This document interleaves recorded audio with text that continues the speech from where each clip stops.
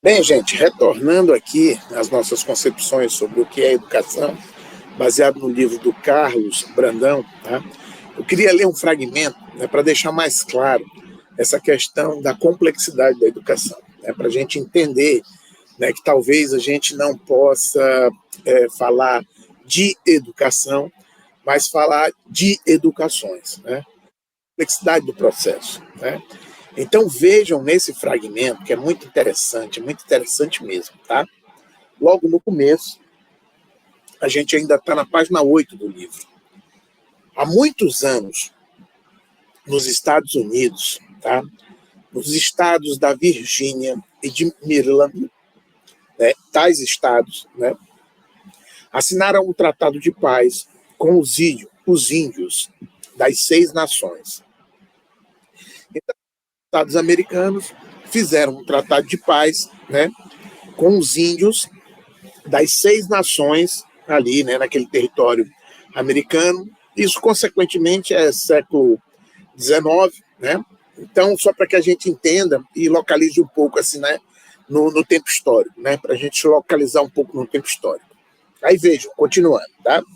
Ora, como as promessas e os símbolos da educação sempre foram muito adequados a momentos solenes, como aqueles, né, como aquele, logo depois os seus governantes mandaram cartas aos índios, tá? Para que enviassem alguns de seus jovens às escolas dos brancos. Os chefes responderam agradecendo e recusando. Então, os chefes indígenas recusaram o pedido dos governantes, né, dos estados da Virgínia e do estado, né, de Maryland, né, nos Estados Unidos. Recusaram o pedido, né? Os chefes responderam agradecendo e recusando. A carta acabou conhecida porque alguns anos mais tarde, Benjamin Franklin, né, um dos pais da nação, né, americana, Benjamin Franklin, né, adotou o costume de divulgá-la aqui e ali, né? Eis o trecho da carta, né, que nos interessa, que o Carlos Brandão colocou no livro dele, tá? Então, carta dos índios aos brancos. Nós estamos convencidos, portanto, que os senhores desejam bem para nós e agradecemos de todo o coração. Mas aqueles que são sábios reconhecem que diferentes nações têm concepções diferentes das coisas. E sendo assim, os senhores não ficarão ofendidos ao saber que a vossa ideia, né, a vossa ideia de educação não é a mesma que a nossa. Então observem logo de cara, né, que os índios, né, têm uma clara concepção de que a ideia de educação dos brancos não é a ideia de educação deles, né? Ou seja, dos povos nativos. Né? Continuando. Muitos dos nossos bravos guerreiros foram formados nas escolas do norte e aprenderam toda a vossa ciência. Mas quando eles voltavam para nós, eles eram maus corredores, ignorantes da vida da floresta e incapazes de suportarem o frio e a fome. Não sabiam como caçar o veado, matar o inimigo e construir uma cabana. E falavam a nossa língua muito mal. Eles eram, portanto, totalmente inúteis. Vejam aí na carta os índios dizendo, né, que alguns deles foram estudar, né, com os homens brancos no norte. Consequentemente, quando voltaram, né, voltaram com a cultura do branco, com a forma educacional do branco, com a sociabilidade do branco, e perderam todas as características e sociabilidades do povo nativo, do povo indígena. E não sabiam mais, né, fazer o cotidiano da vida, né, que era o cotidiano da tribo. Tá? Ou seja, eram totalmente inúteis. Não serviam como guerreiros, como caçadores ou como conselheiros. Ficamos extremamente agradecidos pela vossa oferta e, embora não possamos aceitá-la para mostrar a nossa gratidão, Oferecemos aos nobres senhores da Virgínia que nos enviem alguns dos seus jovens, que lhes ensinaremos tudo o que sabemos e faremos deles homens. É muito interessante essa carta, esse trecho, né, que o Carlos Brandão reproduz aqui, entendeu? Que o Benjamin Franklin, né, que propagava lá nos Estados Unidos. Então, consequentemente, observe, né, tudo o que se discute hoje sobre a educação, algumas das questões entre as mais importantes estão escritas nesta Carta de Índios. Tá?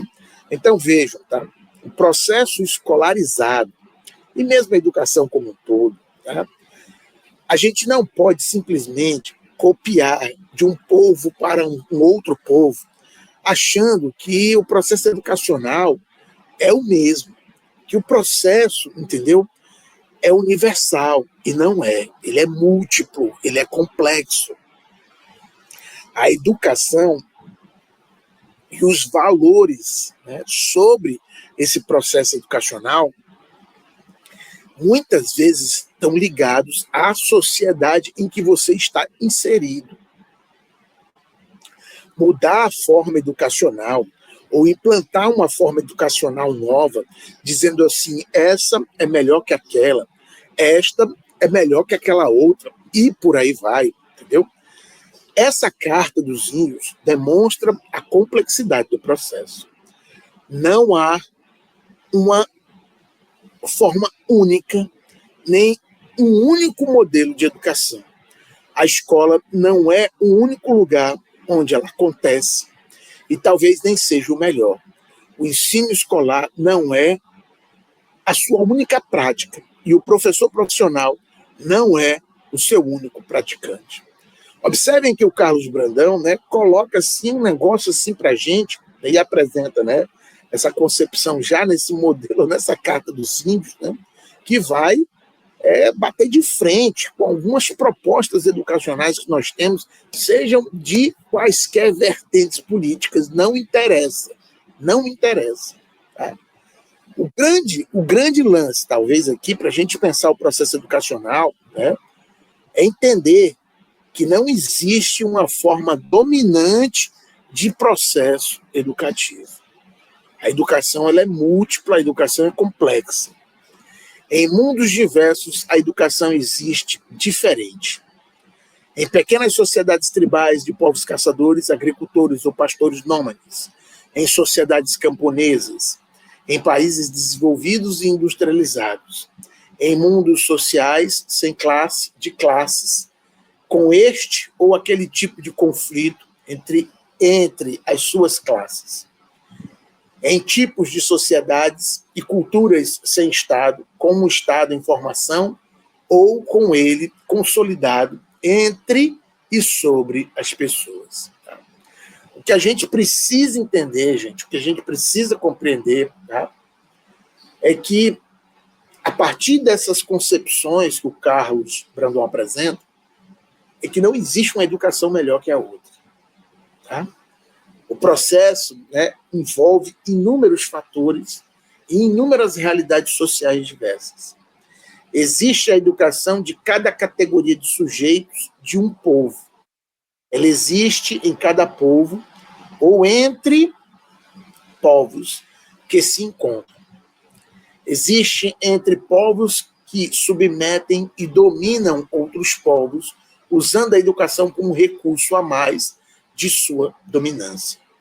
Lembrem que quando os portugueses chegaram aqui, nesse território, que a gente chama de América do Sul, que a gente chama Brasil hoje, entraram, dominaram, massacraram, mataram e escravizaram os portugueses, num determinado momento.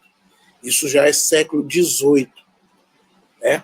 A corte portuguesa, o rei de Portugal, baixou um decreto que era proibido falar qualquer outra língua que não fosse a língua portuguesa. Obrigação, domínio. Tá? A partir desse momento histórico, os vários dialetos, as várias línguas indígenas, os vários conhecimentos de inúmeros povos que viviam aqui nessa região, começaram o quê? a desaparecer completamente, até a dominação do sistema português se implantar completamente.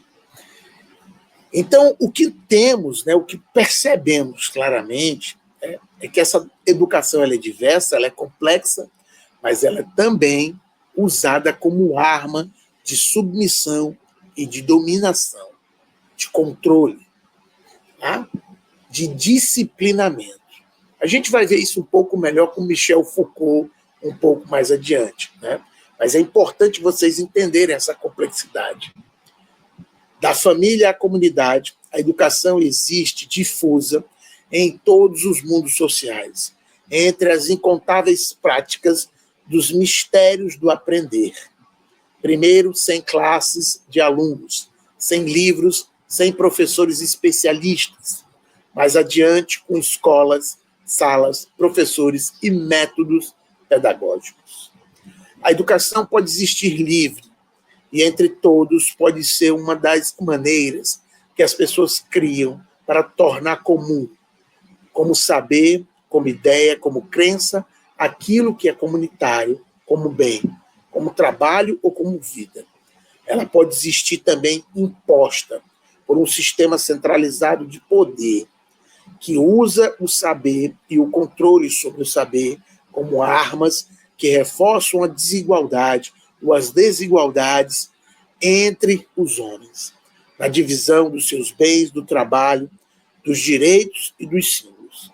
A educação é, como outras, uma fração do modo de vida dos grupos sociais que a criam e a recriam, entre tantas outras invenções de sua cultura, em sua sociedade.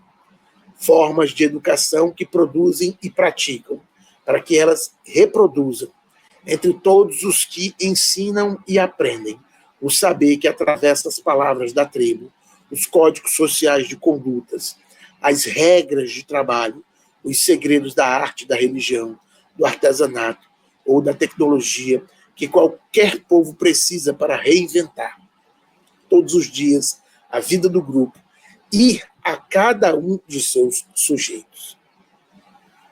Através de trocas sem fim, com a natureza e entre os homens, trocas que existem dentro do mundo social, onde a própria educação habita, e desde onde ajuda, e desde onde ajuda a explicar, às vezes a ocultar, às vezes a inculcar, de geração em geração, a necessidade da existência de sua ordem.